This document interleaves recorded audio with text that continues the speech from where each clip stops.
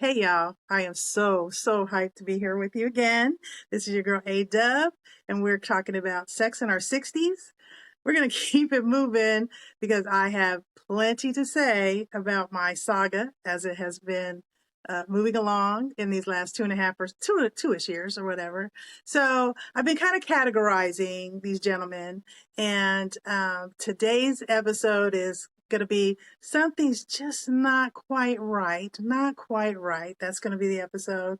So if you've been checking me out, I'm kind of here to demystify and all of that with the dating apps. We've had this story being told to us that our Prince Charming is there. And if we manifest and if we have the right prompts on our dating apps, if we get the right, the right dating app, all of that, that we're going to find our man, we're going to find our partner, we're going to find our new way of life. Nope, not so far. Not the case. So I'm just here to give you some kind of my point of view and what's been going on with me. So we've gone through some other folks. They seem rather tame, and I'm sure it's like, what's really going on? Is this doesn't seem that bad? So we're gonna just talk about a couple of fellas who kind of left a mark on me. The first one we're going to talk about is Joseph. And here's an interesting thing that happens with me. So I have great conversations with men. I'm a guy's girl, so I know sports. I know all the kinds of things that dudes want to talk about. I let them talk about themselves pretty much more than they let me talk. They like to feel themselves, I guess, as it were. So I let them talk. I let them lead the conversation generally. I've talked, but I talk about whatever I've been doing. I'm not fake. This is who I am. And sometimes it works. Sometimes it doesn't. But the interesting part of all of this is that men tend to travel. They will travel to meet me. They want to see what's really up with your girl. So these are kind of these experiences that I've had recently. This was actually, one was last year and then the other was this year. So a couple were this year. So we're going to start off with Joseph. Joseph is from Akron and super nice guy. I think he was a little bit younger than me, 58. He had, he was smart. He had been in IT forever. And he, liked wine. I mean, he had all these various interests. He played guitar. He liked to travel. And, we hit it off. We hit it off great. So we talked a few days, maybe a week or so. And he said, I want to come and meet you. And I'm like, do that. So he drove here from Akron. We met on, I don't know what day. I think it was a Saturday afternoon at one of my favorite spots. Shout out to Hudson, Hudson 29. And then things were just interesting from there. So one of the things that I am known for, that I kind of feel myself on or pride myself on, is I like to hug. I'm a hugger. So I walked into the restaurant. He was there already. I walked into the restaurant. He came to the door, and the first thing that came to mind is he is not 6'3". That was, I mean, for me, again, I think I've mentioned this. I love a tall man. I don't always get to meet a tall man, but if you tell me you're 6'3", I need you to be 6'3". This gentleman was not. Maybe I'm going to be generous and say he was 6 feet, but that's generous. Nonetheless, I hugged him, and it was like he kind of hesitated. He was like something didn't feel correct for him. I said, are you okay? He said, no, I'm fine. I said, okay. So our table wasn't ready, so we sat at the bar. And when I say sat at the bar, that was a bit of a struggle for Joseph. So Joseph, he couldn't quite get in the chair. It was a high back chair at the bar, but he was struggling a bit. And I was like, okay, I don't really know what to do with that. But he got in the chair, and we proceeded to have drinks and kind of talk a little bit. He kept just staring at me, and he kept telling me how beautiful I was. And I'm like, this does not impress me. I don't need you to compliment me like that. I'm just here to have a good time and get to know each other. So his conversation game was getting a little dicey there. finally, our table is ready, and we go to sit down, and it's one of those curved booths. And homeboy, he was not able really quickly, readily to be able to get into the chair, into the seat. And I was like, this is peculiar, as one of my friends likes to say. It was a peculiar situation. So he slides in, and we get, we look at the menu, and we decide, what we're going to have. And I had one of my favorites there, which is smoked trout dip with a great, it's got great bread. I mean, God, look, better than all the men that I've met. This stuff is the bomb. so, so I ordered that, and I was, sharing with him. So it comes to the table, and it's got this huge knife, and which was not really appropriate for what they gave us, and a kind of a small bowl that it was in. It wasn't its usual preparation, put it that way. Well, so I got mine out, and I'm, enjoying, and he proceeds to try to do it with the big knife, and I believe it was his right hand that he only used. He tried to spread it, eat it all with one hand. No kind of indication that the left hand was doing anything. He didn't hold the bread in the left hand. I mean, it was just, he didn't hold the bread in the left hand. I was like, what is going on? So as the conversation goes, he's again staring at me and telling me how beautiful I am. I said, well, what else do we want to talk about? Do you want to talk about sports? And I said, well, what else would you like to know about me?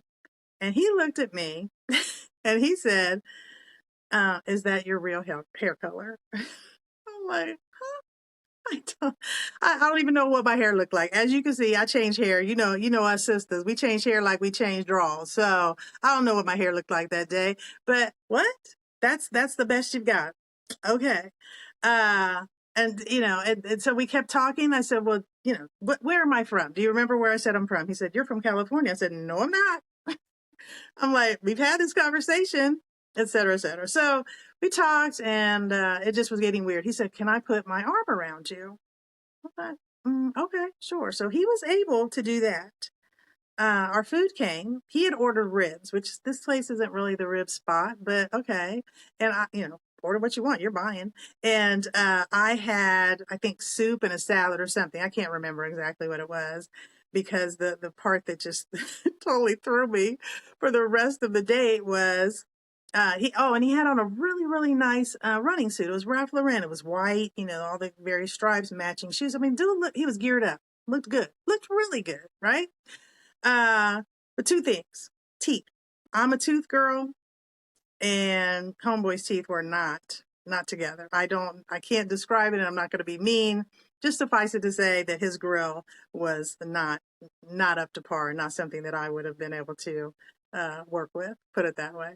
Anyway, call me superficial, call me whatever you want, but that's just not something I'm willing to slide. I'm not letting that slide. Anyway, so he gets the ribs, and again, he starts using just the one hand. He's cutting with the rib bones with the one hand, and he had ordered French fries. We had ordered fries to share. So they put a little ramekin of ketchup in the center, and he proceeds to take the rib, bite the rib, and then he grabs over to the French fry, and he keeps dragging his sleeve into his ribs.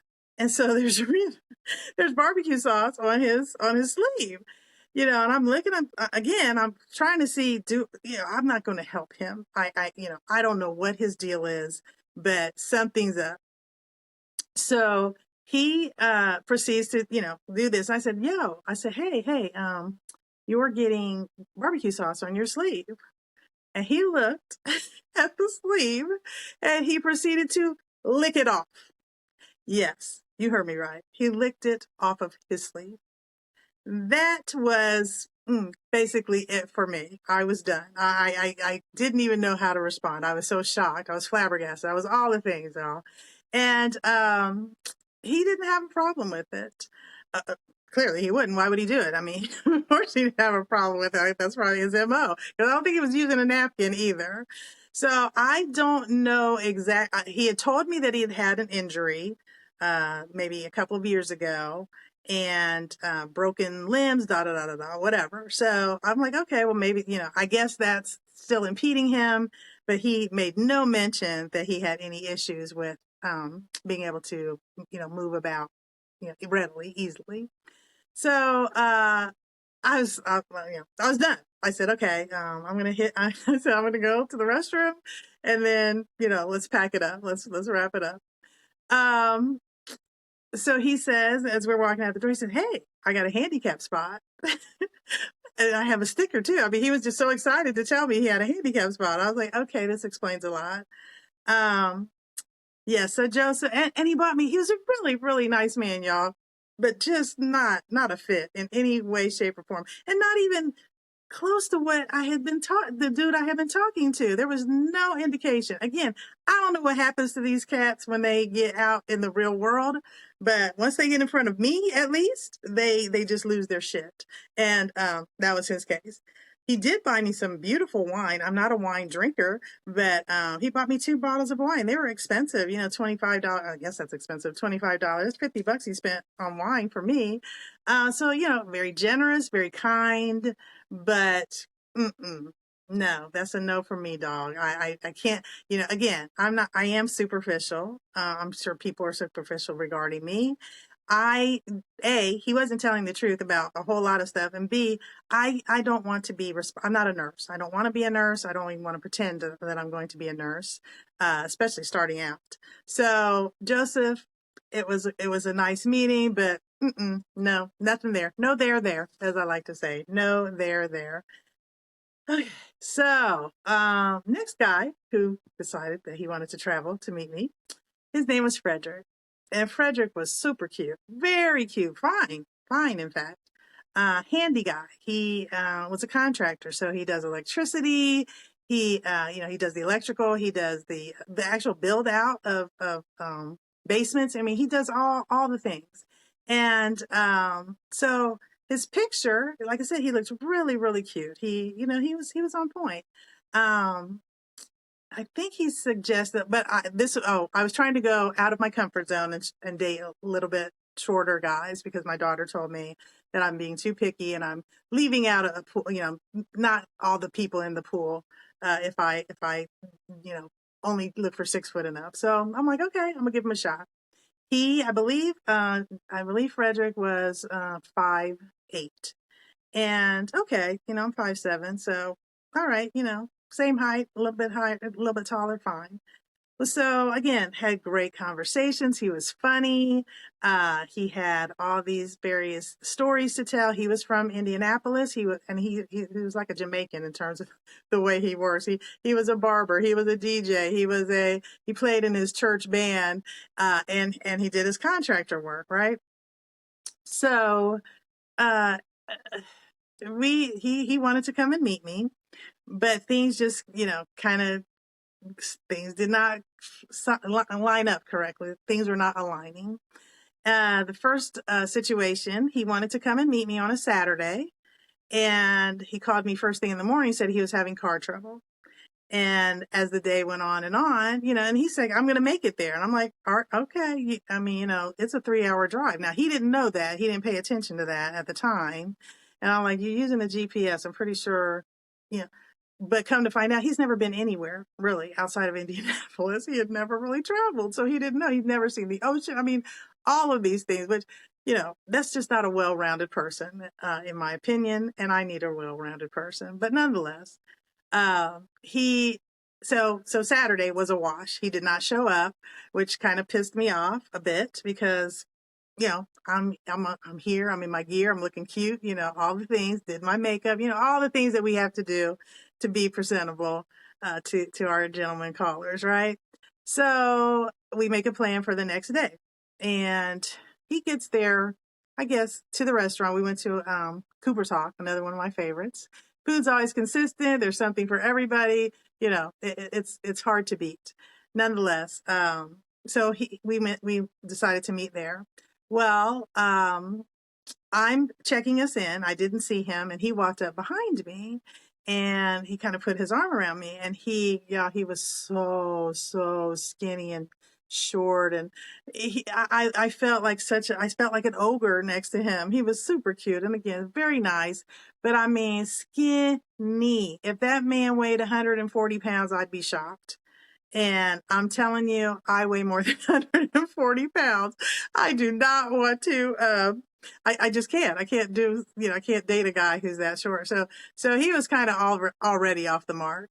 Um, Another thing that come to find out, he was Pentecostal, which, that's a pretty intense Christian religion. They're very, they have a lot of rules and what have you. But apparently having children out of wedlock is not one of them because he had 3. But apparently I was told that he can't live with women. So as we're talking, he keeps saying how he wants to get married. He's ready to get married, da, da, da, da, da. Yeah, he's 58, never been married, 3 children, et cetera, et cetera.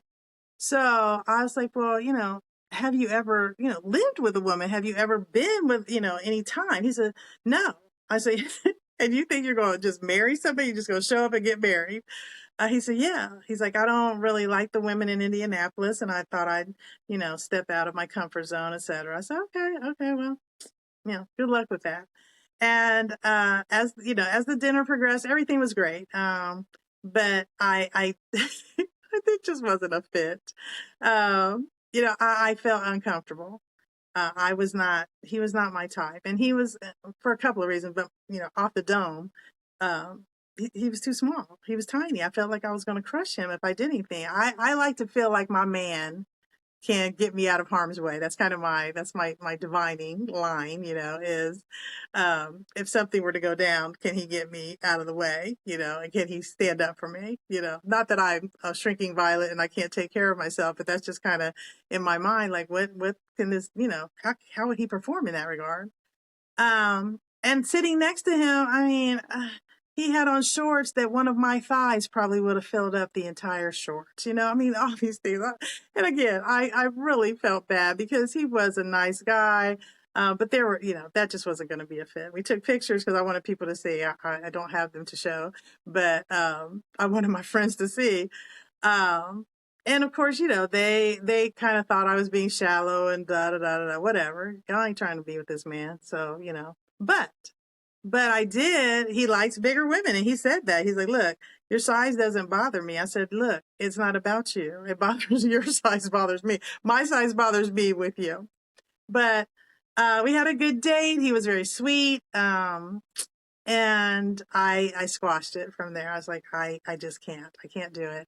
I said, but I really wanted him to kind of meet somebody. So I had a friend who I reached out to. I thought she and he might be a good fit. I don't think nothing ever came of that because we never talked about it again. But I think, she would have been, they probably could have hit it off. I don't know. So that was Mr. Frederick from Indianapolis.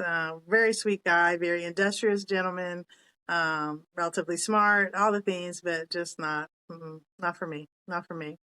The last person, I'm trying to think, is that the last person I went on an online date with? I think it might be. So the last guy that I went out with on an online date, his name was Lorenzo. Lorenzo was from New York. He lived here in Columbus. He works here. But he's from New York. Very New York vibe. Had the great New York accent. He was tall. He was actually 6'3", dark skin. Looked good. We had great conversations. We were laughing and joking. He liked to party. That's why he lived in downtown Columbus. So he was all about it. And so he kept pestering me to come. There was an Eric Benet concert downtown. Well, I don't like to drive downtown. It's a whole thing. Everybody laughs at me, but I just don't really enjoy driving hardly anywhere. It's particular places that I'm not familiar with. Right. So he kept saying, you gonna come? I said, you know what? I am. I said, but here's the deal. I said, I will pay for my Uber in, but you got to pay for my Uber out. If I'm going to be drinking or whatever, I don't want to, I'm not driving home. I'm not driving the car.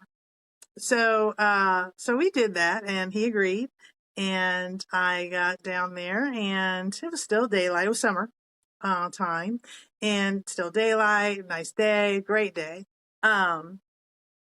I told him where to meet me, and he finally, showed up. And again, tried to give him a hug. This man almost recoiled. It recoiled. And he's looking over my head. Didn't look down at me, barely touched me. I was like, okay, all right, all right. So we're kind of walking around. The show hadn't started yet. I think it was about another half an hour or so before the show started. And we're walking around, and he says, do you want something to eat? I said, sure. So they had food trucks, what have you. So I said, are you going to eat? And I went to a taco or Mexican place. He said, no, I don't eat outside. I said, huh? I'm sorry, what did you just say? I don't eat outside of my house. Okay. So I asked, what do you do when you go on dates, when you take people to out to dinner, to restaurants? I order my food to go. I said, oh, so what do you do during the meal? I drink. Okay. So there's you're getting the feel of what we're dealing with here. So, I order my food. He had a weird vibe about that too, just paying for my food. He offered, whatever. So I'm slowing down. I'm eating nachos. I offered him some. Of course, he didn't take any. I start, I'm starting to slow down.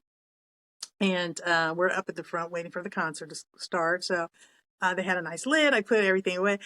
Don't you know, I turned around and dude had a bag. He had a Kroger's bag for me to use to take my food home. I'm like, okay. He said, well, I'm always prepared. He said, I told you I don't eat outside, so I got to take. I was like, okay. All right. You did say that.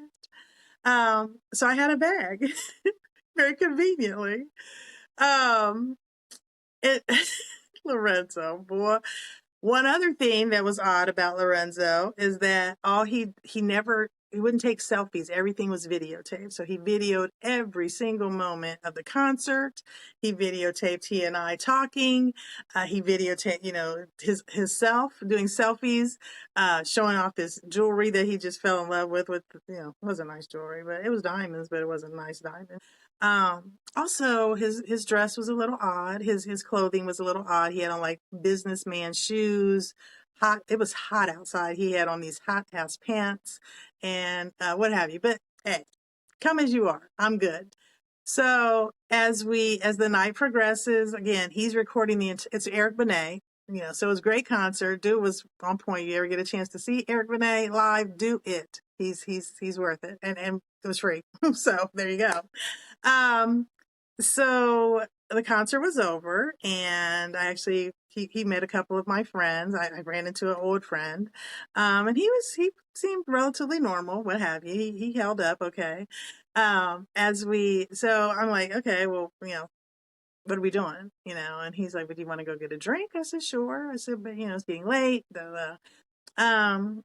So he starts walking up the hill towards his building. So we were relatively close, maybe 2 blocks from his building. I didn't know where we were going. And then about halfway through, I said, "Where are we going?" Because I thought we were going to a bar. He said, "No, I want you to see something." I'm like, "See something?" He said, "I need you to see my car." I said, "Your car?" "Oh, okay. All righty then." So I walked. We went upstairs in the garage, and he showed me his lovely Mercedes-Benz, whatever they call that, wagon type car. I told him I don't care.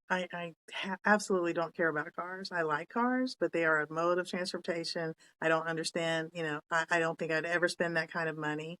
But he kept bragging. He's like, "This is my baby. I pay cash for her." Da, da, da. I was like, okay, well, good for you, Lorenzo.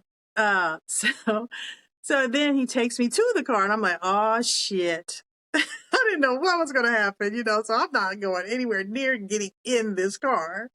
And he's, showing me the interior and talking about, kind of felt one of those, just look in there, push. And it's a, abandoned garage where the floor we're on. So I'm like, no.